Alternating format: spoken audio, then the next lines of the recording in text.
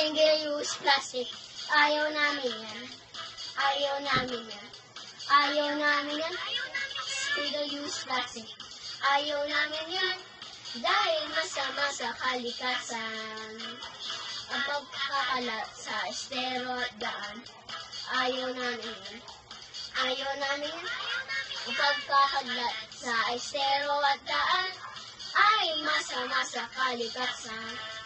At ang bibot na kalikasan ay lagi maasahan. Batang bibot na kalikasan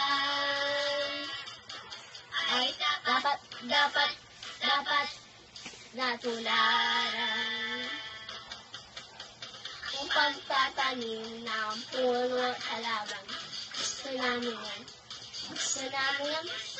At pagtatanim ng puno at halaman ay maganda sa kalikasan. Alam niyo ba, yung plastic tulad ng straw, shopping bag at plastic bottle ay dapat ay isa pa lang tayo, hindi pa rin sila nabubulok. At hindi pwede-recycle at itinapon na maayos, ito karaniwang nagbabara sa mga daluyan ng tubig, kaya nagbabaha.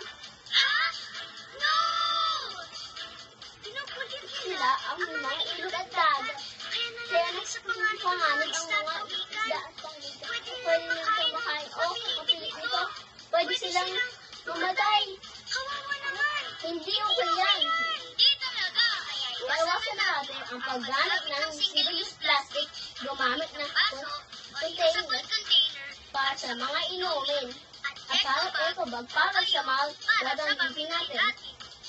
Ayos, batang bibo ng kalikasan ay laging maasahan. Batang bibo ng kalikasan